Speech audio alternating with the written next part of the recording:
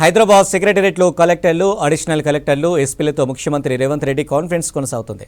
సీఎంగా బాధ్యతలు చేపట్టిన తర్వాత తొలిసారి కలెక్టర్లు, ఎస్పీలతో రివ్యూ మీటింగ్ నిర్వహిస్తున్నారు రేవంత్ రెడ్డి. మీటింగ్కు డిప్యూటీ సీఎం భట్టి, మంత్రులు సిఎస్ శాంతికుమారి, డీజీపీ, అన్ని జిల్లాల కలెక్టర్లు, ఎస్పీలు అటెండ్ అయ్యారు. ఉదయం 11 గంటలకు మొదలైన మీటింగ్లో ప్రధానంగా 6 గ్యారంటీల అమలు, ప్రజా అంశాలపై ప్రధానంగా డిస్కస్ చేస్తున్నారు.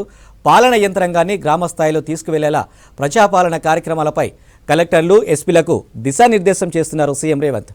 అధికారంలోకి వచ్చిన తర్వాత 2 గ్యారంటీలను అమల్లోకి తెచ్చింది కాంగ్రెస్ సర్కార్. త్వరలో మిగతా వాటిని అమలు కోసం కలెక్టర్ల అభిప్రాయాలు తీసుకుంటున్నారు ముఖ్యమంత్రి. ఈ నెల 28 నుంచి వచ్చే నెల 6 వరకు ప్రజాపాలన గ్రామ సభలు నిర్వహించనుంది ప్రభుత్వం.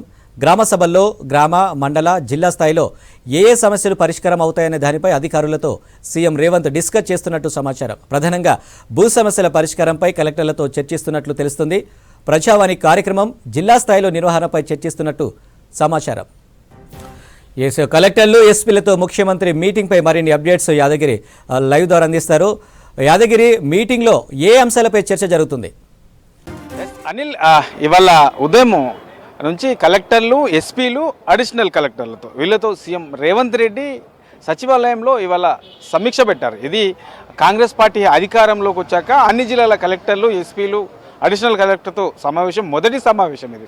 ఈ మొదటి సమావేశంలో అంటే కాంగ్రెస్ ఎన్నికల టైంలో కాంగ్రెస్ ఇచ్చినటువంటి 6 గ్యారంటీలకు సంబంధించి, ప్రధానంగా ఈ 6 గ్యారంటీల హామీలకు సంబంధించి వాటిని అమలు చేసే విధానాలపైనే ప్రధాన ఎజెండాగా పెట్టుకున్నారు. దీనిపైనే ప్రధానంగా చర్చిస్తున్నారు. అయితే ఇందులో డిప్యూటీ సీఎం భట్టి విక్రమార్కతో పాటు పలువురు మంత్రులు, తర్వాత పలు శాఖలకు సంబంధించినటువంటి ఉన్నత స్థాయి అధికారులు ఈ సమీక్షలో పాల్గొన్నారు. అంటే గత ప్రభుత్వం కొన్ని పథకాలు అమలు చేసినా ఆ అమలు విషయంలో కొంత ఇబ్బందులు తలపెట్టే బాగా డిస్టర్బ్ అయ్యిండ్రు.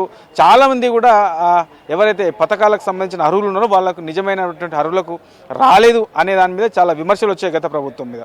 సో ఈ కాంగ్రెస్ హయాంలో ఏదైతే 6 గ్యారెంటీలు అమలు చేయబోతున్నామో దీనికి సంబంధించి ఏ ఒక్కరు కూడా ఇబ్బంది పడద్దు, ఏ ఒక్క కూడా దీని నుంచి విమర్శలు మన ప్రభుత్వం మీద రావద్దు అనే దానిపైన కలెక్టర్లకు పలు కీలకమైనటువంటి సూచనలు చేసే అవకాశం కూడా ఉన్నది. ఎందుకంటే ఇప్పటికే ఈ 6 గ్యారెంటీల్లో 2 గ్యారెంటీలను అమలు చేస్తున్నారు. ప్రజలకు వెళ్ళిపోయాయి. కానీ మిగతా ఇంకా 4 గ్యారెంటీలు ఉన్నాయి. ఈ 4 గ్యారెంటీలకు సంబంధించిన పథకాల విషయంలో కూడా ప్రజల నుంచి ఎలాంటి విమర్శలకు రావద్దు, ఎలాంటి అర్హులైన ప్రతి ఒక్కరికి కూడా ఈ పథకాలు అందే విధంగా కలెక్టర్లు కృషి చేయాల్సిన అవసరం ఉంది అని చెప్పేసి ఈ సమావేశంలో చెప్పే అవకాశం ఉంది. అయితే దీంతో పాటు ఈ విధి విధానాలు ఎట్లా ఉండాలి, మరి మిగతా 4 గ్యారెంటీలు కూడా అమలు చేయాలి కాబట్టి దీనికి సంబంధించిన విధి విధానాలు ఎట్లా ఉండాలి, ఏం చేయాలి, అర్హుల ఎంపిక ఎట్లా జరగాలనే దానిపైన కూడా పలు కీలకమైనటువంటి సూచనలు చేసే అవకాశం అయితే కనబడుతుంది. ఇక దీంతో పాటు ఈ ప్రజావాణికి సంబంధించి ఇప్పటికే హైదరాబాద్లోని ప్రజాభవన్లో ప్రజావాణి కార్యక్రమం కొనసాగుతుంది. ఇందులో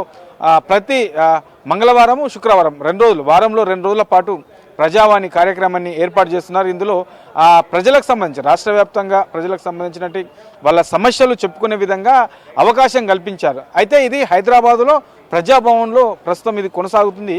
అయితే దీన్ని మండల తర్వాత జిల్లా స్థాయిలో కూడా తీసుకెళ్ళాలి. జిల్లా స్థాయిలో కూడా, మండల స్థాయిలో కూడా ప్రజలకు సంబంధించిన సమస్యలకు సంబంధించి ప్రజావాణి కార్యక్రమాన్ని ఏర్పాటు చేయాలనే దానిపైన కూడా కలెక్టర్లకు పలు కీలకమైనటువంటి సూచనలు చేసే అవకాశం అయితే ఉన్నది. ఎందుకంటే హైదరాబాద్కు రావడం అంటే జిల్లాల నుంచి, మారుమూల ప్రాంతాల నుంచి హైదరాబాద్కు రావాలంటే ప్రజావాణి కార్యక్రమంలో తమ సమస్యలు చెప్పుకోవాలంటే వాళ్ళందరూ కూడా చాలా ఇబ్బందులు పడుతున్న సిచ్యువేషన్ ఉంది. కాబట్టి ఎక్కడికక్కడనే ఈ ప్రజావాణి కార్యక్రమాలు కూడా ఏర్పాటు చేయాలని చెప్పేసి వాళ్ళు కీలకమైన సూచనలు చేసే అవకాశం కూడా ఉంది. ఇక కాంగ్రెస్ పాలనకు సంబంధించి పాలన ఎట్లా ఉండబోతుంది, ఏంటి ప్రజాపాలన అని చెప్పేసి ఇప్పటికే కాంగ్రెస్ నేతలందరూ కూడా చెప్తున్నారు.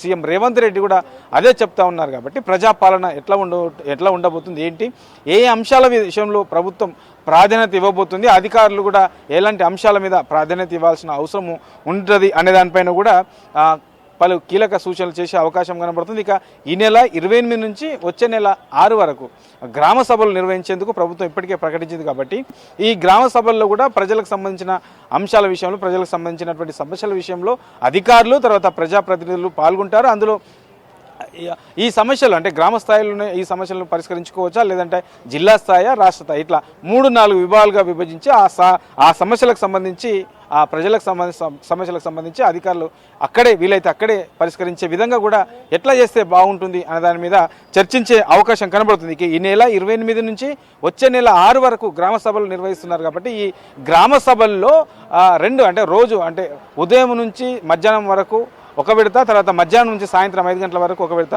ఇట్లా 2 విడతలుగా ఈ సభలు నిర్వహించబోతున్నాయి. ఈ సభలో సమస్యలను పరిష్కరించే విధంగా, సమస్యలు తెలుసుకునే విధంగా ఈ సభలు ఉంటాయని చెప్పేసి రేవంత్ రెడ్డి ఇప్పటికే ప్రకటించారు. కాబట్టి దీనిపైన కూడా పలు కీలకమైనటువంటి అంశాల విషయంతో పాటు వీటిపైన కూడా చర్చించే అవకాశం కనబడుతుంది. ఇక ఈ 5 సంవత్సరాల పాటు కాంగ్రెస్ ప్రభుత్వం ఈ 5 సంవత్సరాల పాటు ప్రజల కోసం ఏం చేయబోతుంది, ఏ అంశాల విషయంలో అధికారులు దృష్టి పెట్టాల్సిన అవసరం ఉంటుంది అనే దాని మీద ప్రధానంగా కలెక్టర్లకు, ఎస్పీలకు, తర్వాత అడిషనల్ కలెక్టర్లకు పలు కీలకమైనటువంటి సూచనలు చేసే అవకాశం అయితే ఉంది.